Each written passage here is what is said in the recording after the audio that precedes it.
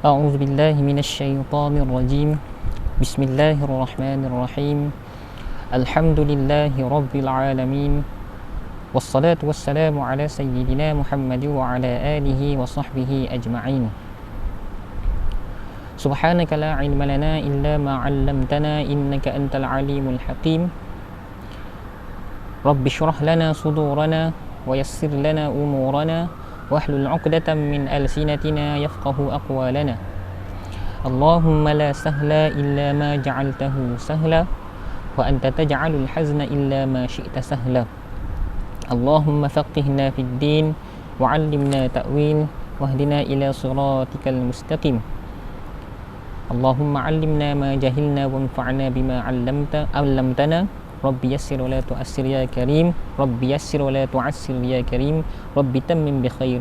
الحمد لله رب العالمين. أما بعد، قال الله سبحانه وتعالى في كتابه العزيز بعد أعوذ بالله من الشيطان الرجيم: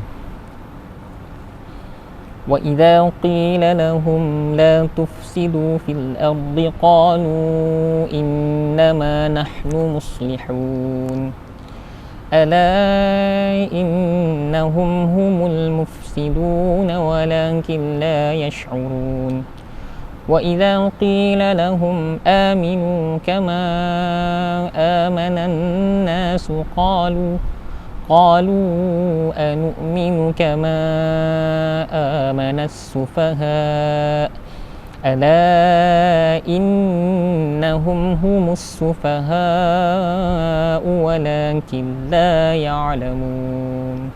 Sadaqallahul Azim. Tuan-tuan muslimin muslimat sidang pendengar yang dirahmati Allah Subhanahu wa taala, bersyukur kita kepada Allah Subhanahu wa taala kerana Allah taala telah masih lagi meletakkan kita dalam kalangan orang-orang yang beriman, dan alhamdulillah Allah Subhanahu wa taala masih lagi memberi kita nyawa untuk kita meneruskan kehidupan kita selaku hamba Allah Subhanahu wa taala. Dan saya percaya pada hari ini ramai di kalangan tuan-tuan, puan-puan, muslimin, muslimat yang dirahmati Allah dapat melaksanakan solat ibadah fardu, solat fardu zuhur di rumah masing-masing. Mungkin ada yang dapat melaksanakan solat fardu secara berjemaah, dan ada yang melakukan secara bersendirian. Tetapi muslimin muslimat yang dirahmati Allah, solat fardu berjemaah dengan bersendirian, mana yang lebih baik? Jadi kita laksanakan secara berjemaah itu adalah lebih baik, lebih afdal. Yang mana pahalanya dikatakan, disebutkan dalam hadis Nabi, solat secara bersendirian dengan solat secara berjemaah pahalanya adalah 27, ada riwayat menyebutkan 25 kali ganda pahalanya. Jadi tanamkan diri, latih diri kita bersama keluarga untuk laksanakan solat secara berjemaah. Kalau mampu laksanakan kesemuanya sekali, 5 waktu itu secara berjemaah. Jadi muslimin muslimat yang dirahmati Allah Subhanahu wa taala, selawat dan salam ke atas junjungan baginda sallallahu alaihi wasallam dan juga sahabat-sahabat, para sahabat Nabi sallallahu alaihi wasallam, keluarga, isteri-isteri dan juga para tabi'in dan juga tabi'at tabi'in yang mana mereka berjuang menegakkan kalimah Allah, dan juga mereka yang berusaha untuk menyampaikan agama Islam sehinggalah kita dapat merasainya pada hari ini. Dan alhamdulillah kita di Malaysia, kita duduk dalam suasana aman, dapat kita melaksanakan ibadah yang telah berjaya disampaikan oleh orang-orang terdahulu kepada kita. Baik, muslimin muslimat yang dirahmati Allah Subhanahu wa taala, insya-Allah hari ini kita sambung kita sambung tadabbur suratul Baqarah, sikit-sikit sahaja, tidak banyak kita ambil intipati daripada surah Al-Baqarah.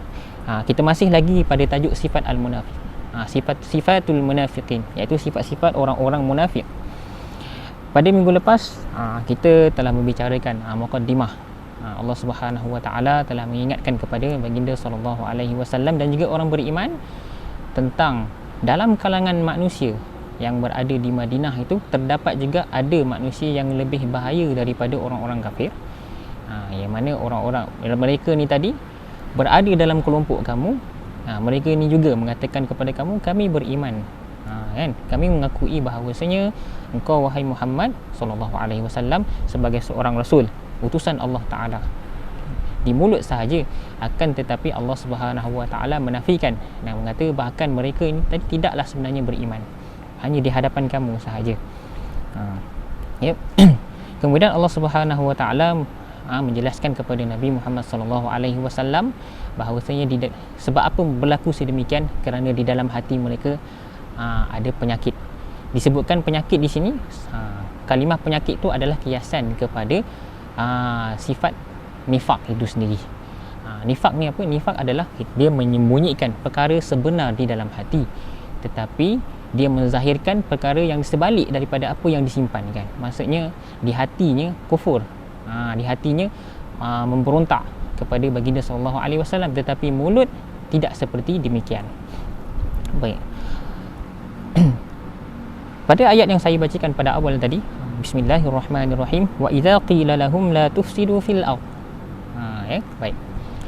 Apabila dikatakan kepada mereka la tufsidu fil ard, jangan kamu membuat kerosakan di muka bumi ini, qalu innama nahnu muslihun, mereka mengatakan sesungguhnya kami melakukan kebaikan. Maksud tidak lain kerja kami, apa yang kami lakukan ini hanyalah untuk berbuat demikian. Muslimin muslimat yang dirahmati Allah Subhanahu wa taala. Apa yang dimaksudkan dengan membuat kerosakan di sini? Baik. Seorang alim daripada Indonesia yang merupakan ahli dalam bidang tafsir menyebutkan bahawasanya la tufsidu fil ard, katanya ulama mengklasifikasikan, ulama membahagikan, menyebutkan tentang kerosakan ni berlaku sebanyak 4 perkara, kepada 4 bahagian, secara turutan. Yang pertama, bentuk-bentuk kerosakan itu disebutkan kat sini adalah dengan cara mengubah, mengubah sesuatu benda. Apa dia? Iaitu at-taghyir, iaitu ja'alul asya' an-nafi' ila al-mudhirah. Maksudnya dia kata dia menjadikan perkara-perkara yang baik asalnya yang mampu memberi manfaat, dia mengubah kepada kerosakan, boleh memberi mudarat pula. Sebagai contoh kita kata nasi, nasi asalnya nasi tu dia elok, nasi yang elok yang boleh memberi manfaat kepada siapa yang makan sebut. Jadi apabila dia diletakkan racun, bila dia diletakkan racun dalam nasi tersebut, maka nasi pada asalnya memberi manfaat, maka akan berubah menjadi mudarat kepada siapa yang memakannya. Okay. Dan contoh yang lain, jadi beginilah perkara begini yang telah dilakukan oleh orang munafik. Sebagai contohnya, mereka seringkali Allahumma salli ala sayyidina Muhammad, membuat kerosakan macam mana mereka sentiasa mencari orang-orang yang belum kenal Muhammad sallallahu alaihi wasallam. Contohnya orang-orang Arab Badawi, orang-orang Arab yang tidak tahu apa-apa, yang belum sampai lagi dakwah kepada mereka. Apabila mereka datang ke Madinah, mereka akan datang kepada orang-orang munafiknya, akan datang kepada mereka, menyampaikan kepada mereka tentang Muhammad, siapa Muhammad sebenarnya. Jadi orang ni pada asalnya clear, maksudnya asalnya tidak ada apa-apa, tidak tahu siapa itu Muhammad, kan? Tidak tahu hati budi Nabi Muhammad sallallahu alaihi wasallam, tetapi oleh disebabkan berita yang disampaikan oleh golongan munafik ni tadi, maka Allahumma salli ala sayyidina, ketika itu mereka daripada asalnya tidak tahu apa-apa, malah mereka boleh jadi mereka menghina Nabi Muhammad sallallahu alaihi wasallam secara senyap-senyap. Baik. Muslimin muslimat yang dirahmati Allah Subhanahu wa taala, dan begitu juga dengan cara yang lain mereka menghasut. Cara mereka menghasut orang ramai yang mana di kalangan mereka yang beriman, yang mana iman mereka belum sampai kepada tahap yakin betul-betul dengan sebenarnya. Kerana manusia ni iman yazid wa yanqus, ada kala bertambah dan ada kala kurang. Ketika mana orang-orang awam dari kalangan Madinah, kan, mereka ni keimanan mereka belum sampai pada tahap para sahabat, mereka seringkali menimbulkan syakwa sangka dalam hati orang-orang yang beriman pada peringkat awal ni. Lalu jadi kat situ mereka pun rasa ragu-ragu. kan mereka menghasut ni tujuan apa? Tujuan supaya orang-orang ni tadi jadi macam mereka juga. Ini sebagai contoh, iaitu orang-orang munafik dia melakukan kerosakan adalah yang pertama dengan cara at-taghyir, mengubah, iaitu melalui menghasutan.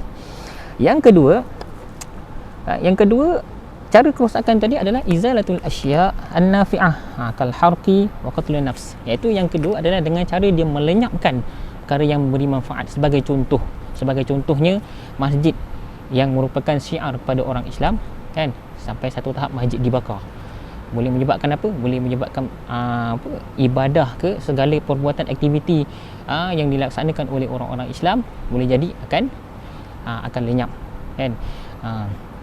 Ataupun yang seterusnya qatlun nafs, iaitu boleh membunuh jiwa. Dia lenyapkan perkara yang baik. Apa sahaja yang boleh beri manfaat kepada seorang itu, Allahumma salli ala sayyidina Muhammad, mereka akan hilangkan, cuba untuk lenyapkan dan musnahkan supaya kebaikan tersebut tidak dapat disampaikan kepada orang lain. Hal ini berlaku juga di Madinah, kan, cubaan untuk melenyapkan baginda sallallahu alaihi wasallam dan juga dakwah yang disampaikan kepada mereka. Ini boleh berlaku juga dalam perang Ahzab, ya. Baik. Dan yang ketiga disebut kat sini taksirul masail fasidah. Taksirul masail fasidah, itu maksudnya memperbanyakkan lagi masalah-masalah, hal-hal yang boleh merosakkan orang lain. Ya, muslimat yang dirahmati Allah Subhanahu wa taala. Allah sebagai contohnya, kalau kita lihat pada zaman kita ni, kan, zaman kita contohnya kilang-kilang arak lah, arak, kita lihat arak. Kalau pada dasarnya, kalau dulu berkemungkinan lah, Allahumma salli ala sayyidina Muhammad, minum arak ni kita mungkin dulu dapat kawal lagi. Tetapi selepas daripada Allahumma salli ala sayyidina Muhammad beberapa tahun, dekat zaman sekarang ni kalau kita tengok, minum arak ni boleh berleluasa, kan. Mungkin tak, wallahu alam, mungkin sebelum ni lagi banyak, wallahu alam, saya tak pasti. Tetapi apa yang saya lihat, kita lihat bahawa arak ni makin berleluasa, kan. Ada yang mabuk di jalanan. Kalau kita lihat berlaku aksiden pula disebabkan mabuk punca arak tu sendiri, kan. Tapi kita tak tahu siapa puncanya, siapakah yang memperbanyakkan lagi masalah-masalah yang boleh menimbulkan kerosakan ini, kan. Boleh berlaku juga dalam dalam sesebuah organisasi, kan. Boleh berlaku juga dalam sebuah dalam institusi rumah, kan. Dalam sebuah kekeluargaan boleh jadi juga. Kemudian yang terakhir, yang keempat adalah izalatul anzimah an-nafi'ah. Cuba untuk mengganggu sistem organisasi, sistem pengurusan, baik dalam kerajaan, baik dalam keluarga, baik dalam masyarakat. Ini juga bahaya, dan ini dilakukan oleh orang-orang munafik. Apa mereka buat? Mereka cuba untuk menjadi mata-mata bagi orang Quraisy. Mereka jadi pengintip supaya mereka dapat menyebarkan, mereka dapat kutip rahsia, lalu mereka sampaikan kepada orang-orang kafir. Ya. Hal ini bertujuan adalah untuk supaya mereka dapat menghapuskan orang-orang Islam, dan mereka dapat memastikan bahawa segala rancangan dakwah, perjalanan dakwah Nabi SAW itu dapat dipatahkan, dapat dihentikan. Baik. Muslimat rahmat Allah Subhanahu wa taala, wa idza qila lahum la tufsidu fil ardh, dikatakan kepada mereka, janganlah kamu melakukan kerosakan kat sini. Maksudnya apa? Dia kata kat sini sesungguhnya konspirasi kamu yang buruk, dan rancangan kamu yang konspirasi, dan juga rancangan kamu yang buruk. Yang buruk itu iaitu dengan cara apa? Dengan kamu menyebarkan fitnah, dan kamu mengintip rahsia-rahsia orang-orang Islam untuk kamu sampaikan kepada orang-orang kafir, iaitu kamu menjadi mata dan telinga orang-orang kafir, dan kamu menghasut orang Arab, orang Arab supaya mengganggu orang-orang Islam, orang-orang Islam yang ingin berjuang ke jalan Allah Subhanahu wa taala. Jadi dia kata janganlah kamu melakukan perkara sedemikian. Tetapi mereka menjawab apa? Benda yang kamu buat ni, kami dia kata apa yang kami buat ini bukanlah seperti yang kamu sangkakan. Apa yang kamu buat ni bukanlah seperti mana yang kamu anggap bahawa kami ni buat untuk kami menjadi mata telinga orang-orang kafir kan, kami cuba menasihati kamu supaya tinggalkan Muhammad sallallahu alaihi wasallam, bukannya untuk apa, tapi kami nakkan kebaikan. Kan? Tapi Allah Subhanahu wa taala menyebutkan kepada Nabi Muhammad sallallahu alaihi wasallam, ala innahum humul mufsidun walakin la yash'urun. Ketahuilah, kan, mereka ni tadi orang-orang kafir ni, innama nahnu muslihun. Mereka menggunakan, kalau kita tengok ayat ni, dia gunakan lafaz innama nahnu muslihun, dia menggunakan lafaz taukid, iaitu nak menunjukkan bahawa mereka menegaskan bahawa mereka ni apa yang mereka buat adalah untuk kebaikan. Tetapi Allah Subhanahu wa taala membalas, menjawab balik dengan jawapan yang lebih kuat, ala innahum humul mufsidun. Di sini kalau Allahumma salli ala sayyidina Muhammad, Dr. Wahbah Zuhaili menyebutkan kat sini Allah Subhanahu wa taala menggunakan lafaz taukid dengan 4 perkataan. Yang pertama ala, yang kedua inna, dan yang ketiga 2 perkataan hum di sini. Ala inna humul mufsidun. 4 perkataan ni. Ala innahum humul mufsidun. Ketahuilah wahai Muhammad, sesungguhnya mereka itulah orang-orang yang melakukan kerosakan.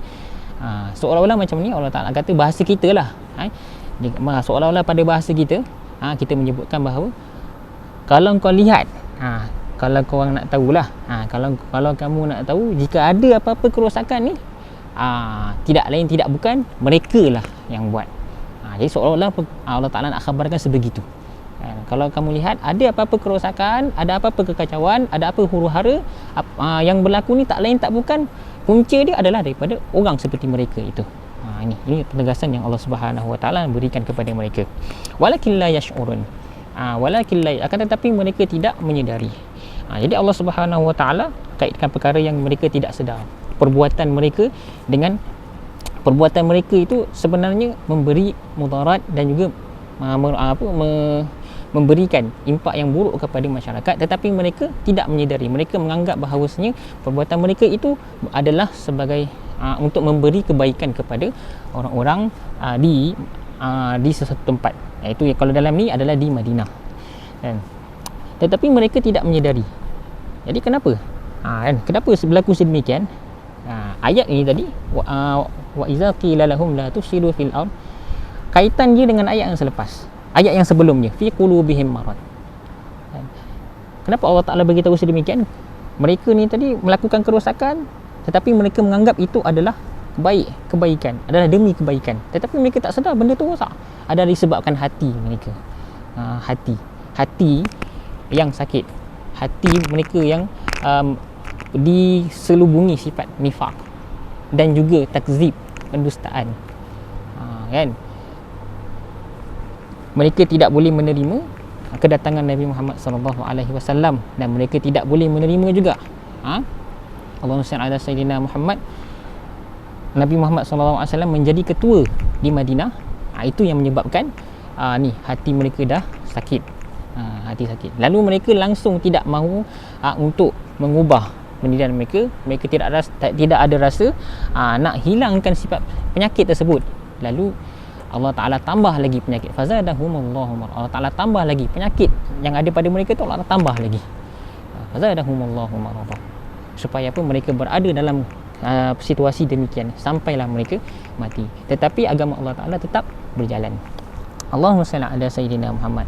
Jadi hati ni tuan-tuan yang perempuan rahmati Allah Subhanahu wa taala, hati kita ni tidak mesti dijaga. Disebutkan dalam hadis Nabi sallallahu alaihi wasallam, ala wa inna fil jasadi mudghah. Sebutkan dalam hadis, ketahuilah sesungguhnya dalam pada jasad seseorang itu terdapat mudghah, segumpal daging. Baik.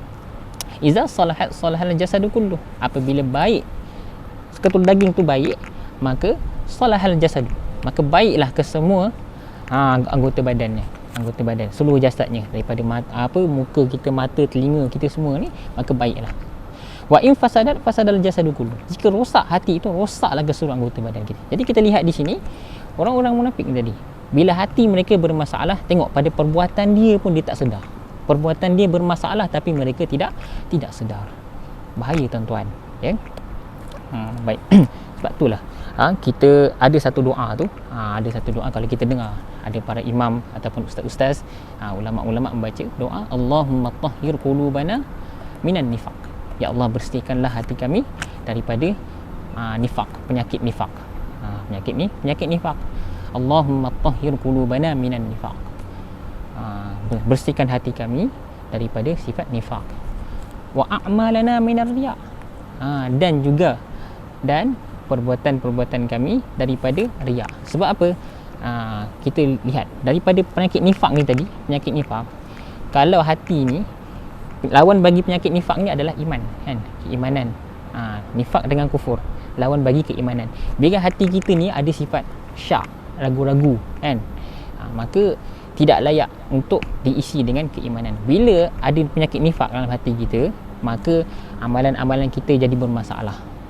Kenapa? Orang munafik ni tadi bila beramal, kan, kita cek, bila beramal tidak lain bukanlah kerana Allah Ta'ala, hanya semata-mata untuk memperlihatkan kepada orang lain. Riya, itu nama dia. Wa idza qamu ila shalah qamu kusala yura'unan nas, itu dalam firman Allah Ta'ala dalam surah An-Nisa.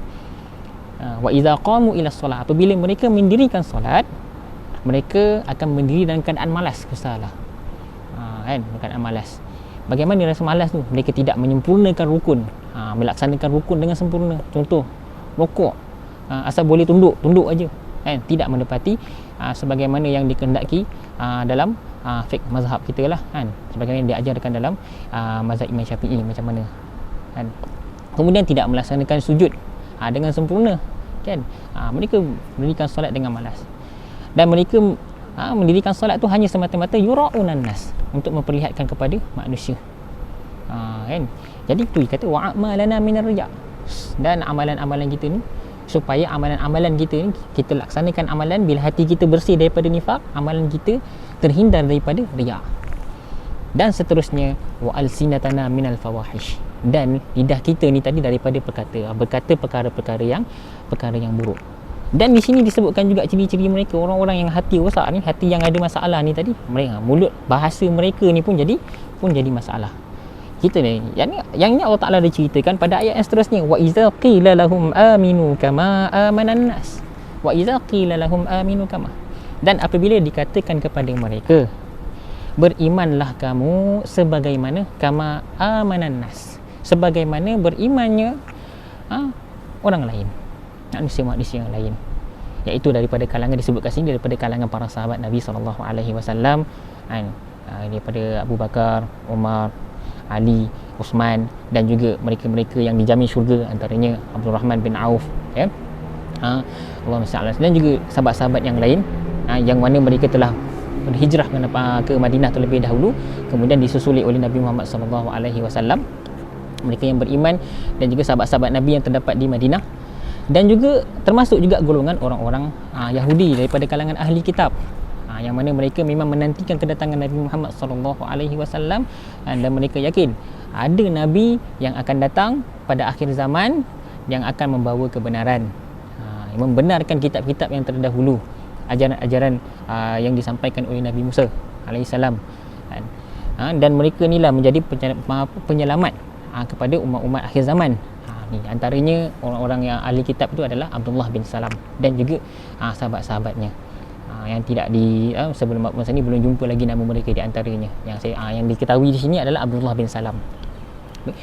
Jadi mereka mengatakan, lalu bila dikatakan kepada mereka, berimanlah sebagaimana berimannya sahabat-sahabat kamu itu, mereka itu, kan, sahabat Nabi SAW, penduduk Madinah, kan, daripada kalangan Aus dan Khazraj yang telah berjaya disatukan, dan juga orang-orang Yahudi yang daripada kalangan ahli kitab yang menunggu kedatangan Nabi SAW, dan mereka tidak mengira walaupun Nabi SAW bukan daripada susu galur mereka, Bani Israel, tetapi sekurang-kurangnya Nabi Muhammad SAW itu adalah daripada saudara mereka juga, kerana Yahudi dan juga Arab, mereka daripada satu Nabi Ibrahim AS. Susu galur mereka ni sampai kepada Nabi Ibrahim AS.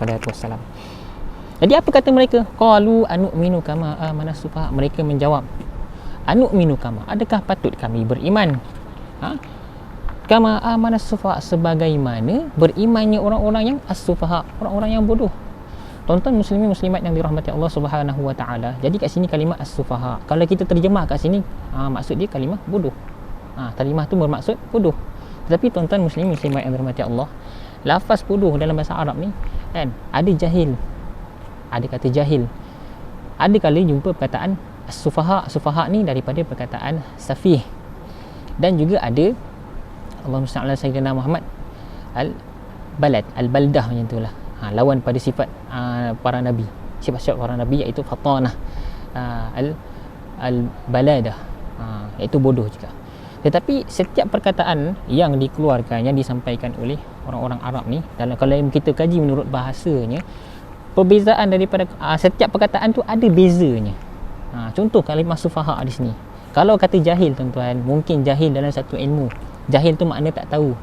Selepas diberitahu, alhamdulillah dia akan jadi tahu. Hilang sifat jahil tu tadi. Kan? Macam saya tak tahu dalam bab contoh fiqah. Saya bertanya. Kan? Dalam bab hukum ni maknanya saya jahil dalam bidang tu. Maka selepas daripada saya bertanya, jadi hilanglah sifat tu. Tetapi kalau safih ni tuan, dia berganda-ganda. Kan? Bodoh ni berganda-ganda. Safih ni. Apa maksudnya? Dikatakan safih ni sampai satu tahap, ada orang tu dia tak tahu, bukan tak tahu satu benda, apa pun tak tahu. Sampai satu tahap orang kena uruskan dia pula. Dari sudut diri dia, urusan dia, dan juga paling tu harta dia sendiri. Sebab tu dalam surah An-Nisa, Allah Subhanahu Wa Taala ada menyebutkan tentang hak penjagaan orang yang di dalam Islam ada letakkan bagi orang yang tidak pandai menguruskan harta, boleh mengambil orang lain untuk jaga harta dia. Kan? Ala tu'tus sufaha amwalakum allati ja'alallahu lakum qiyamah. Kan? Maksudnya orang yang safih ni, dia bodoh ni melampau sangat. Tak tahu dia tu melampau sangat. Sampai bab urus diri pun tak kerti, kan? Urusan dia yang lain-lain pun tak kerti. Dan juga Allahumma salli ala sayyidina Muhammad, bab urus harta pun tak kerti juga. Mereka membelanjakan, contohlah sebagai contoh, bekerja, gaji 900, belanja macam orang dapat gaji 9,000, kan? Sampai ada orang lain pula perlu nasihatkan kepada dia supaya uruskan perbelanjaan ni elok-elok. Ataupun orang yang mempunyai harta yang banyak tetapi joli harta tersebut kepada perkara yang bukan memberikan manfaat. Jadi saya nak sebutkan sini adalah orang munafik. Mulut mereka ni tadi, bila hati yang dah mula bermasalah, kan, jadi mereka punya lisan pun lagi bermasalah. Bayangkan ucapan mereka pun macam tu. Mereka mengecok orang-orang yang beriman kepada Nabi SAW ni. Dia kata tahap bodoh mereka tu tadi macam tak tahu apa-apa. Sedangkan kita orang-orang yang beriman ni, kita yakin bahawa mereka adalah orang yang mana hati mereka bersih. Bila hati bersih, amalan-amalan anggota badan lain juga turut bersih. Kan? Baik. Allahumma salli ala sayyidina Muhammad. Jadi mereka mengatakan macam tu, adakah kami nak beriman dengan sebagaimana orang-orang yang bodoh itu? Lalu Allah Ta'ala balas semula, ala innahum humus sufaha. Sebagaimana mereka, kalau mereka mengatakan menggunakan lafaz, kita kata anu'minu kama, adakah kami ingin beriman sebagaimana berimannya orang yang bodoh itu? Iaitu terdiri daripada kalangan para sahabat, orang-orang Madinah, dan juga orang-orang Yahudi daripada kalangan ahli kitab. Adakah mereka bodoh, tuan-tuan? Tapi sebenarnya Allah Ta'ala jawab sendiri, ala innahum, menggunakan lafaz taukid tadi, penegasan yang lebih kuat lagi. Allah Ta'ala sebut ala innahum humus sufaha walakin la ya'lamun. Kan? Ketahuilah, sesungguhnya mereka itulah yang bodoh. Ketahuilah, mereka itu sebenarnya lah yang bodoh, cuma mereka tidak mengetahui. Allahumma salli ala sayyidina Muhammad. Baik.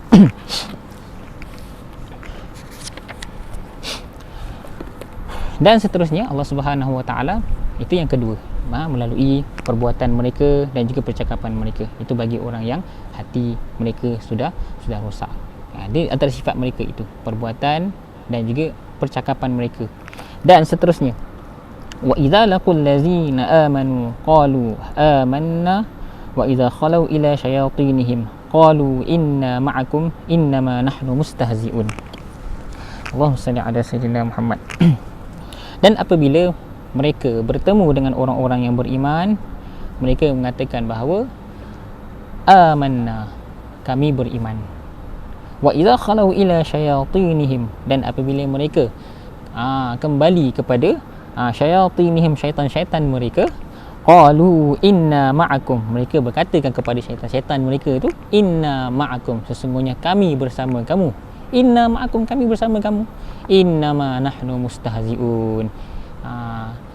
Yang tadi tu hanya saja kami mustahzi'un, kami olok-olok sahaja. Dia kata apa kat sini, bila mereka bertemu dengan orang-orang yang beriman, disebutkan sini pertemuan yang tidak rancang, pertemuan hanya saja mereka merancang untuk bertemu dengan orang beriman. Perancangan tu tujuan dia apa? Tujuan untuk sekadar berpura-pura. Wa iza laqul ladzi, mereka bertemu orang beriman dalam keadaan mereka berpura-pura. Pertemuan yang dirancang, kan? Tetapi bukan tujuan baik, tetapi tujuan jahat. Untuk apa? Qalu amanna, untuk mereka mengatakan kepada orang yang beriman, kami pun beriman seperti mana kamu beriman. Wa idza khalau ila syayatinihim, dan selepas daripada itu mereka cepat-cepat pergi kepada syaitan mereka. Disebut syayatinihim ni bukan kepada syaitan iaitu macam tuan-tuan macam hantu tu, bukan maksud syaitan kat sini hantu tu tuan-tuan. Jadi kat sini disebutkan maksud syaitan tu adalah kembali kepada maksud kalimah dia syaitana, iaitu syaitan ni daripada perkataan syaitana, kan? Syaitana iaitu maksud dia jauh daripada kebaikan, jauh daripada petunjuk hidayah. Yang masuk kat sini adalah itulah tadi orang-orang Yahudi, kan? Orang-orang Yahudi dan orang-orang kafir, bila yang merupakan tokoh mereka kembali kepada tokoh mereka yang tidak mahu beriman dengan Nabi Muhammad sallallahu alaihi wasallam, tidak mahu mengakui Nabi Muhammad sallallahu alaihi wasallam sebagai nabi dan juga ketua pada masa itu.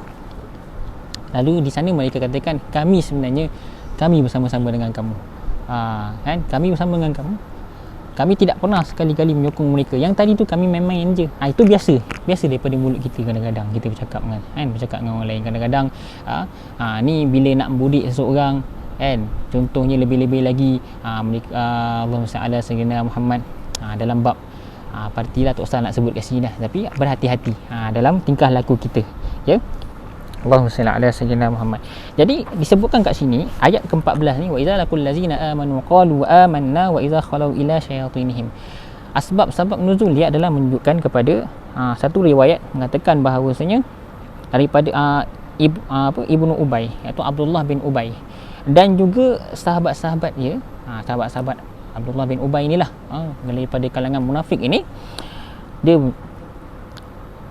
satu hari telah datang kepada mereka sekumpulan daripada para sahabat, ya, sahabat, iaitu terdiri daripada Sayyidina Abu Bakar, Sayyidina Omar, Sayyidina Osman dan juga Sayyidina Ali. Sahabat ni mereka datang untuk apa? Tujuan mereka nak menasihati mereka, menasihatkan mereka supaya apa? Jangan melakukan, jangan buat perangai lah, kita kata. Jangan sekali-kali kamu membuat huru-hara, kan? Memecah belahkan manusia, kan? Jadi dia kata faqala liqaumihi, maka dia berkata kepadanya, Abdullah bin Ubay ni dia berkata kepada sahabat-sahabat dia, bangsa dia, kaum dia, atau unzuru kaifa araddu haula'is sufaha minkum. Dia kata, lihatlah, kamu tengoklah bagaimana aku menjawab, aku membalas, aku beri jawapan kepada orang-orang yang bodoh, as-sufaha, tadi orang-orang yang bodoh, tentang kamu, ya. Baik. Lalu dia pun pergi kepada Sayyidina Abu Bakar, kan, daripada sekumpulan sahabat tadi. Dia kata fa akhadha bi yadi Abu Bakri as-Siddiq, dia pun datang mengambil tangan Abu Bakar. Ini dia pandai berlakon depan sahabat-sahabat Nabi sallallahu alaihi wasallam. Pergi kepada Abu Bakar, dia pegang tangan Abu Bakar. Dia kata apa? Waqala marhaban bis-Siddiq wa Syekhul Islam. Selamat datang wahai as-Siddiq, sahabat Nabi sallallahu alaihi wasallam. Dia menyebut tentang gelaran yang Nabi sallallahu alaihi wasallam berikan kepada Sayyidina Abu Bakar. Pandai berlakon tu, nak ambil hati orang lakonannya, kan? Wa Syekhul Islam, kan? Baik, kemudian dia pun pergi kepada Sayyidina Umar, ambil tangan Sayyidina Umar. Dia kata apa? Marhaban bil Faruq al-qawi fi dini. Dia kata selamat datang wahai Al-Faruq. Al-Faruq ni gelaran Nabi sallallahu alaihi wasallam beri kepada Sayyidina Umar, yang bermaksud apa? Allah Taala kurniakan kepada Sayyidina Umar mampu membezakan di antara yang benar dengan yang salah. Dan kemudian kata al-qawi fi dini, orang yang kuat berpegang dengan agamanya. Dan yang seterusnya, kemudian dia pergi kepada Sayyidina Ali radhiyallahu anhu. Sini tak sebut Sayyidina Uthman, Sayyidina Ali saja. Maksudnya Sayyidina Umar, Sayyidina Abu Bakar dan juga Sayyidina Ali. Lalu dia berkata, marhaban ya bunu ammi, ya bunu ammin nabi wa sayyidu bani Hashim. Dia kata, selamat datang wahai anak saudara Nabi SAW dan penghulu kepada Bani Hashim. Lalu Sayyidina Ali karramallahu wajhah radhiyallahu anhu telah berkata kepada Abdullah bin Ubay, ya Abdullah, wahai hamba Allah, ittaqillah, bertakwalah kamu kepada Allah, wala tunafiq, bertakwalah kamu kepada Allah, jangan kamu berpura-pura.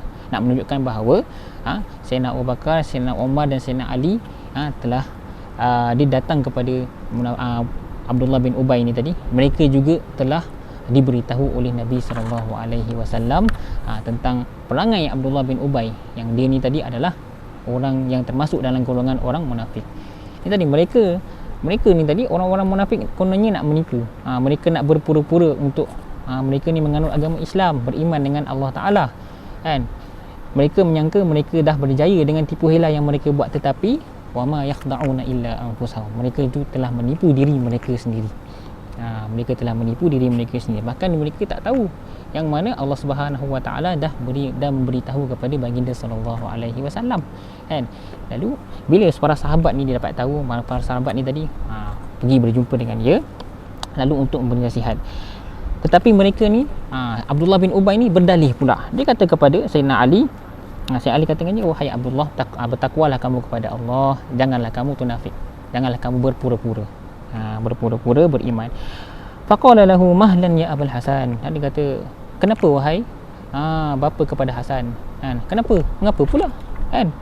Inilah aqulu hadza, sungguhnya aku tidak mengatakan ini, wallahi, wallahi demi Allah, illa lianna imanina ka imanikum, aku tidak mengatakan ini demi Allah, melainkan kerana iman kami seperti mana iman kamu, kan. Kemudian iftaraku, kemudian mereka berpisah. Bila dia diberi teguran sebegitu, mereka pun Abdullah bin Ubay bila terima teguran daripada Sayyidina Ali, dia pun melenting. Dia sifat orang munafik. Bila dia terima teguran, kan, dia cepat sensitif. Kemudian terus pergi. Itu kita kena cek diri kita juga, tuan-tuan. Saya dan juga tuan-tuan dan muslim-muslimat yang dirahmati Allah Subhanahu Wa Taala. Nak tahu orang punya munafik ni baik hati tak baik ni, bukan saja orang munafik, kita ni sendiri, kan. Tak perlu cek munafik ataupun tidak, cek hati kita. Kalau kita ni betul-betul orang yang beriman, bila dia mendengar ayat amaran ataupun mendengar ayat yang berita gembira ataupun berita yang menunjukkan amaran ataupun senang ceritalah, bila ditegur, mereka tidak akan cepat melenting. Bila cepat melenting ni, itu kena cek. Itu tanda-tanda nifak ada dalam hati kita. Itu bahaya, tuan-tuan muslim-muslimat yang Allah Subhanahu Wa Taala. Lalu Allahumma salli ala sayyidina Muhammad. Bila dah macam tu, maka dia pun pergi. Dan dia selepas dia berpisah daripada sahabat tadi, dia pergi, kemudian dia terus mendatangi kaum dia, sahabat-sahabat dia. Kata, kaifa ra'aitumuni, bagaimana kamu lihat aku, perkelakuan aku tadi? Lalu sahabat-sahabat dia kata, dia bertanya, apabila dia pun rancangkan, dia mencadangkan kepada sahabat-sahabatnya. Dia kata apa? Bila kamu melihat mereka, datang, maka kamu buat macam mana aku buat tadi. Kan, datang kepada orang, kalau nak jaga hati seorang, datang bila para sahabat ni datang, mereka pun seolah-olah macam menyambut kedatangan mereka dengan baik, berlakon seolah-olah meraihkan kedatangan mereka, padahal dalam hati memberontak. Allahumma salli ala sayyidina Muhammad. Muslim muslimat yang dirahmati Allah Subhanahu Wa Taala, qalu inna ma'akum innama nahnu mustahzi'un. Dia ayat ini diturunkan, sebab nuzulnya adalah tadi itu, menceritakan tentang perangai Abdullah bin Ubay dan juga sahabat-sahabat dia bila mana mereka berhadapan dengan orang-orang beriman, mereka nampak baik, tetapi bila di belakang mereka sangat menentang kerja-kerja dakwah yang dilakukan oleh Nabi sallallahu alaihi wasallam serta sahabat-sahabatnya.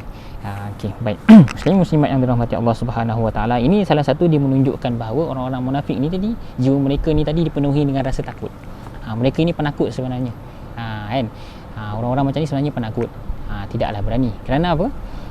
Kerana setiap rancangan yang mereka buat ni tadi, mereka akan pasti mereka hantar orang lain.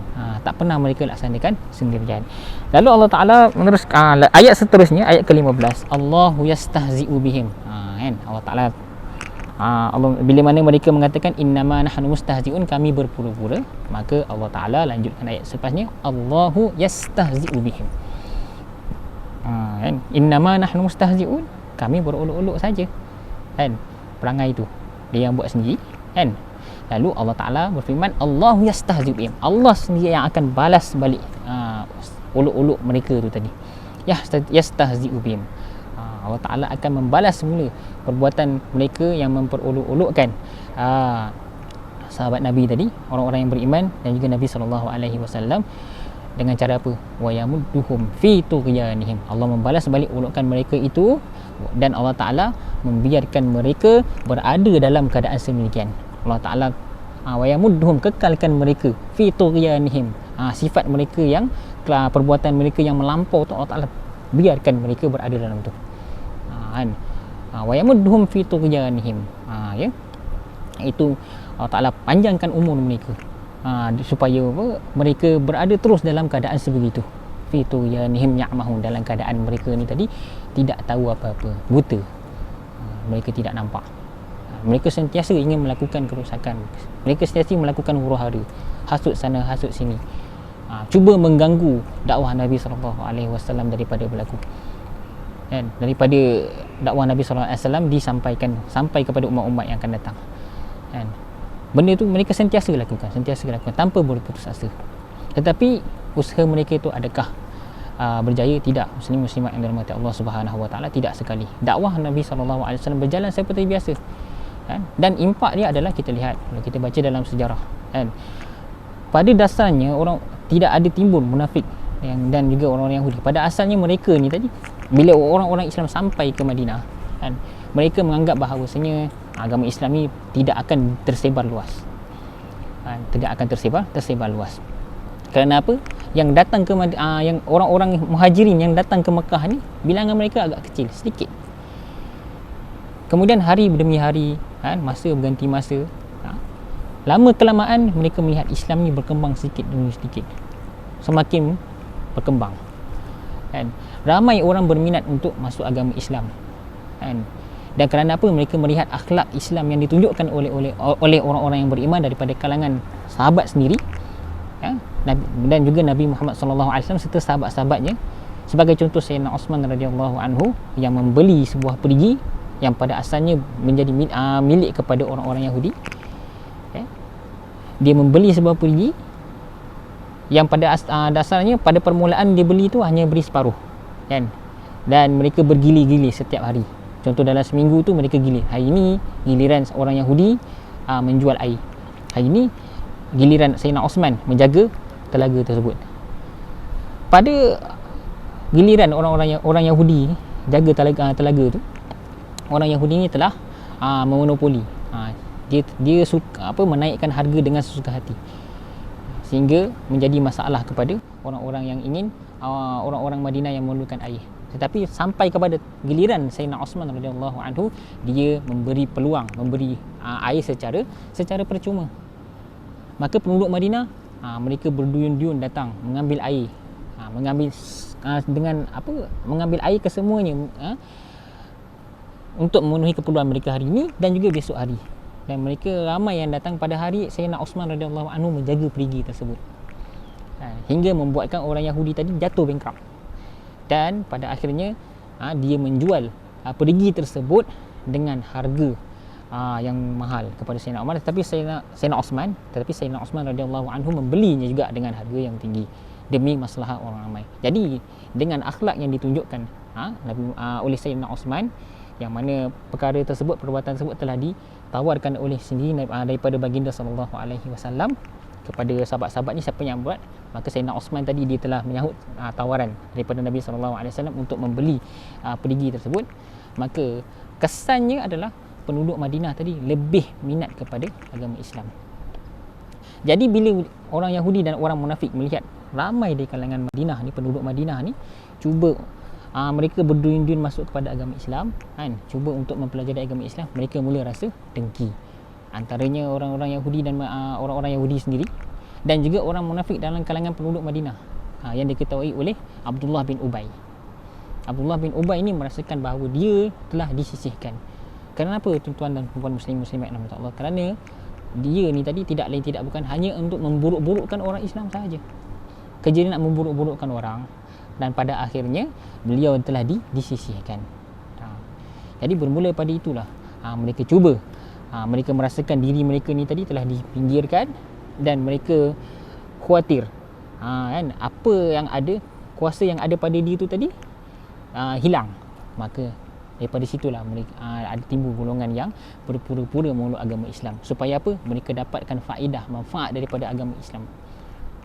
Bukan daripada ilmu, bukan daripada keiman, tetapi apa yang diperoleh daripada orang Islam dari sudut harta, ghanimah, mereka ambil.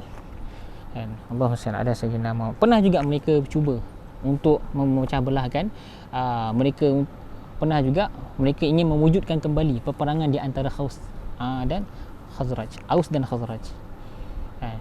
Dikisahkan satu ketika mereka meniupkan kembali api permusuhan yang pernah berlaku di antara kaum Aus dan Khazraj. Sehingga hampir-hampir sahaja kabilah Aus dan Khazraj ni berperang kembali. Disebutkan bahawa satu malam ada seorang melalui di rumah-rumah di lorong-lorong rumah, mereka mendengar bunyi pedang yang diasah. Untuk apa? Untuk mereka bersiap sedia untuk berperang kembali. Kita kata permusuhan antara kaum telah bermula. Sehingga kan mereka bila mereka sembahyang di dalam masjid kan, Nabi SAW masuk. Nabi SAW melihat ada dua puak, Aus dan Khazraj. Tetapi Nabi SAW, kita lihat bagaimana Nabi SAW menyelesaikan masalah. Nabi SAW pergi di hadapan, lalu Nabi SAW membacakan ayat di dalam Al-Quran yang kita sering kali muslimin, orang-orang tuan-tuan muslimin yang hadir ke sembahyang Jumaat ni, bila dengar yang mana khatib membacakan pada awal khutbahnya, wa'tasimu bihablillahi jami'an, dan hendaklah kamu berpegang, kamu semua kali berpegang, wa'tasimu bihablillah, kamu semua berpegang dengan tali Allah, wala tafarraqu, dan jangan kamu berpecah belah. Lalu Nabi SAW menyebutkan ayat Allah Ta'ala yang mengingatkan peristiwa mereka yang dahulu. Wala tafarraqu, jangan kamu berpecah belah. Wazkuru ni'matallah, yang Nabi SAW melalui ayat Al-Quran ini tadi memperingatkan kepada mereka, wazkuru ni'matallah, ingatlah nikmat Allah Ta'ala. Nikmat Allah Ta'ala yang macam mana? Ni'matallahi alaikum, nikmat Allah Ta'ala kepada kamu yang macam mana? Iz kuntum a'da'a fa'allafa baina qulubikum, ketika mana kamu dulu hidup dalam keadaan bermusuhan, bermusuh-musuh. Hidup secara bermusuh-musuhan ni tuan-tuan, azab kepada kita ni kan. Itu merupakan satu azab pada kita. Iz kuntum a'da'an fa'allafa baina qulubikum, lalu Allah Ta'ala satukan hati-hati kamu.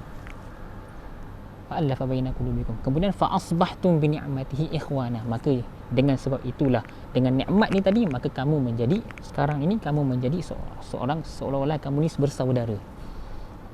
Kemudian wa kuntum ala syafa hufratin minan nar, dan satu ketika dulu kamu hampir sahaja kamu hampir sahaja tergelincir, kamu berada di jurang, di tepi, hampir sahaja kamu tergelincir ke dalam syafa hufratin minan nar, di dalam jurang neraka. Allah Ta'ala fa anqadhakum minha, lalu Allah Ta'ala menyelamatkan kamu melalui siapa? Nabi SAW. Fa anqadhakum minha. Bila selesai Nabi SAW baca ayat tersebut, maka hilanglah sifat perkauman tadi. Mereka pun pergi bersama-sama dengan mereka, bersalaman dan berpelukan. Mereka kembali bersatu semula. Dan ini yang sebenarnya permusuhan yang sebeginilah yang dikehendaki oleh dengan kalangan mereka ni tadi, orang-orang munafik ni tadi. Baik.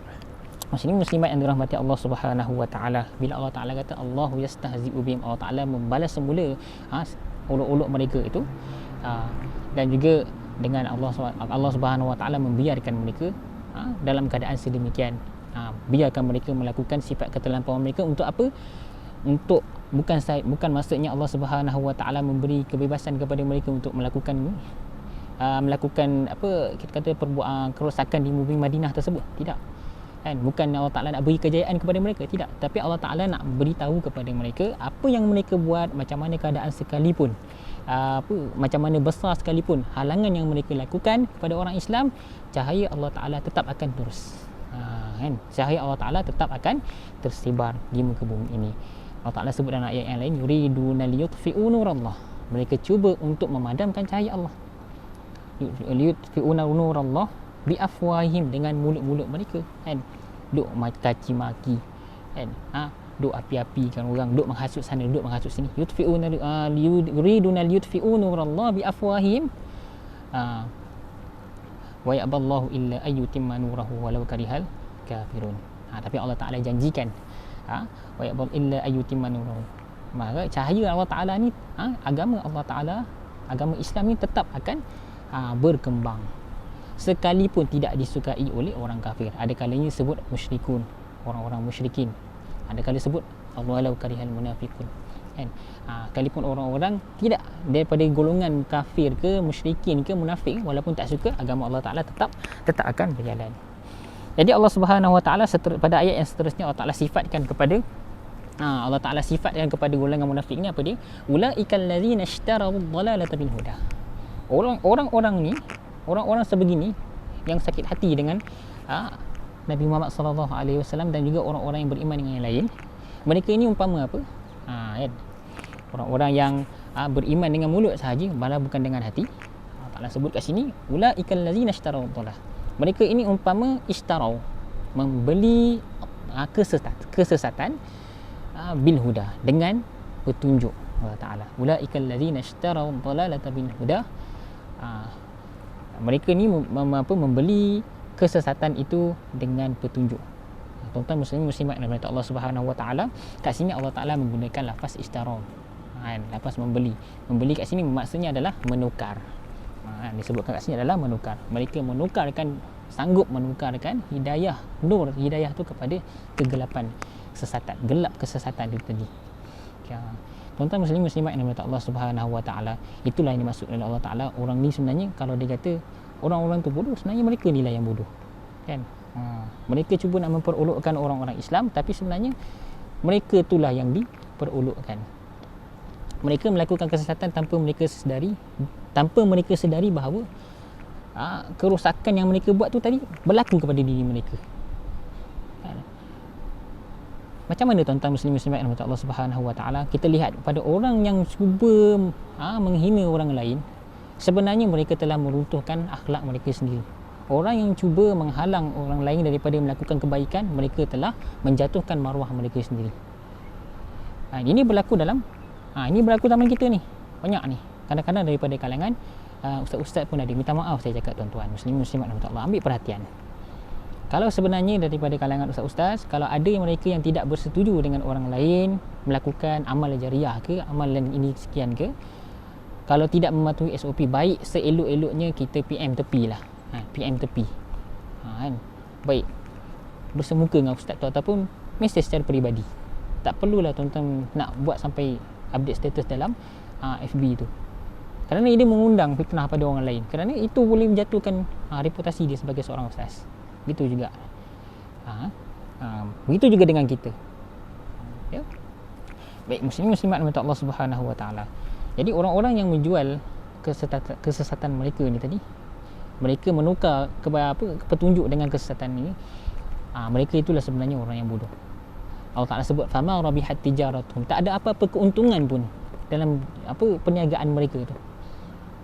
Ya, fama rabihat tijaratuhum wa ma kanu muhtadin. Mereka dah buat macam tu, wa ma kanu muhtadin, mereka tidak ada, mereka tidak pernah ada pun muhtadin, orang yang mampu membimbing mereka ke arah kebaikan.